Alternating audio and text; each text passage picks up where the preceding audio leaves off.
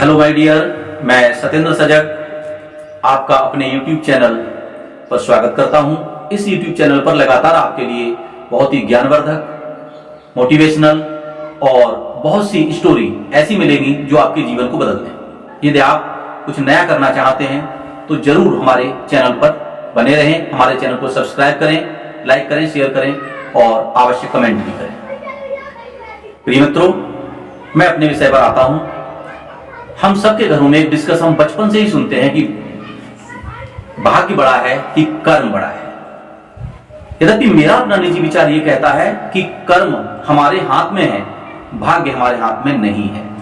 बहुत से लोग अपने भाग्य की रेखाएं दिखाते घूम रहे हैं, बहुत से और काम कर रहे हैं, ज्योतिषियों के पास इधर उधर जा रहे हैं। लेकिन मेरा एक मत है कि हमारे हाथ में कर्म है तो हमें अपनी पूरी शक्ति से कर्म अपना करना चाहिए। यद्यपि यह वीडियो में मैं बताने जा रहा हूं कि कभी कभी भाग्य भी ऐसा प्रबल होता है कि हमको कहीं से कहीं ले जाता है। आप वीडियो के आखिर तक बने रहिए, इसमें बहुत ट्विस्ट आने वाला है। एक बार एक राजा, इस कहानी को समझिए आप ध्यान से कि कैसे भाग्य काम करता है कर्म करते हुए भी। एक बार एक राजा ने एक ज्योतिषियों की सभा बुलाई। वह अपने भाग्य के विषय में कुछ बातें उनसे पूछना चाहता था। सभी ज्योतिषी जब एकत्र हुए तो पूरे उसके देश के, राज्य के ज्योतिषियों ने अपने अपने तरीके से कुंडली देखी, अपने अपने तरीके से उसका भाग्य देखा और सभी ज्योतिषी शाम तक बड़ा मंथन करने के बाद, विचार मंथन करा और वो चिंतित हो उठे। उन्होंने, जो बुजुर्ग ज्योतिषी थे, उन्होंने आपस में कुछ कानाफूसी जैसी की। भोजन के बाद राजा ने पूछा कि आप लोग कुछ स्पष्ट नहीं बता पा रहे हैं, क्या बात है? हमारा तो राज्य अच्छा चल रहा है, हमारा सब कार्य भी बहुत अच्छा चल रहा है, फिर आप ये अलग अलग हटके कानाफूसी क्या हो रही है? क्या कहानी क्या है? असली बात बताओ। तो एक बहुत बुजुर्ग ज्योतिषी ने, जो विद्वान भी था, उसने कहा, राजन, आपकी मृत्यु अगले 7 दिन के अंदर लिखी हुई है। ये बात हम लोगों को अभी अभी पता चली है ज्योतिष से। आप 7 दिन में आप समाप्त हो जाएंगे। क्षमा करें आप, ये बड़ी बुरी बात हमको समझ में आ रही है और हमें ही नहीं आ रही, सभी ज्योतिषियों ने इसी विषय पर एकमत हो गए। राजा के मस्तिष्क पर चिंता की लकीरें आ गई। राजा बहुत चिंतित हुआ और राजा ने कहा, खैर चलो, जब ऐसा आपने देख ही लिया है तो हम कोई उपाय ढूंढो। कुछ ना कुछ, जब समस्या दिख रही तो समाधान भी होगा। जब हमारी मृत्यु आपको दिख रही है तो मृत्यु का समाधान भी होगा। और राजा ने एक ऑर्डर तुरंत जारी किया कि कोई भी ज्योतिषी अब इस महल से बाहर नहीं जाए।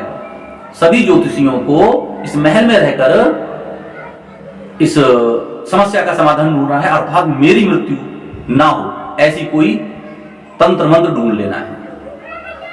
अब सभी ज्योतिषी बड़े चिंतित हुए और वह अपने ज्योतिषीय गणना करने लगे।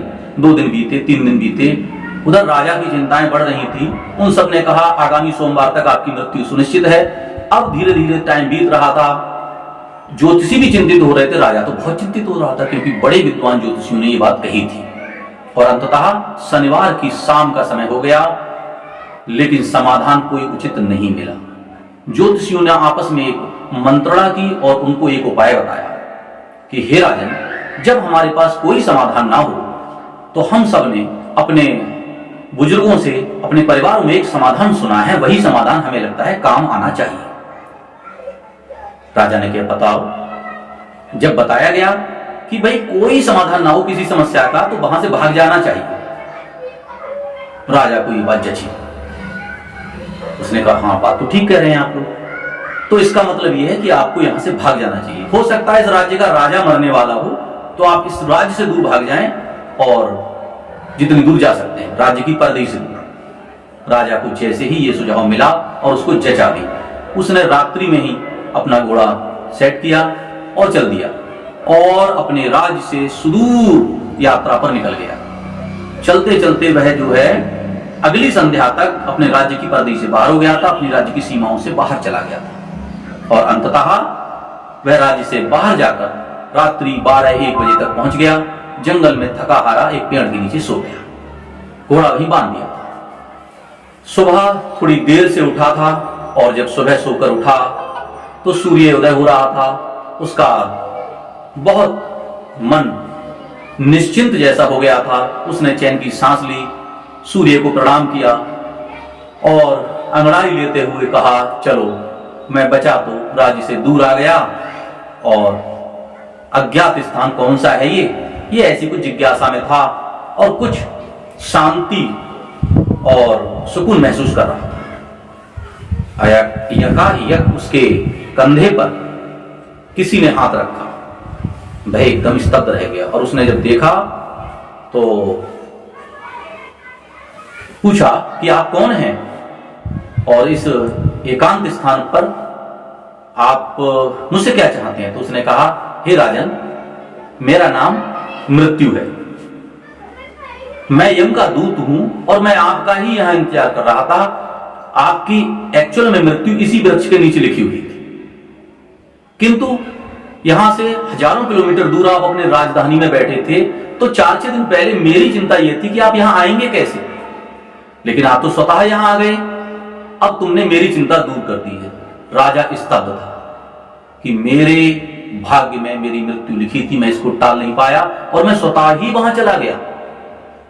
प्रिय मित्रों, यह कहानी क्या कहती है? आप कमेंट में जरूर बताएं। आप इससे क्या सीख पाए या क्या समझ पाए?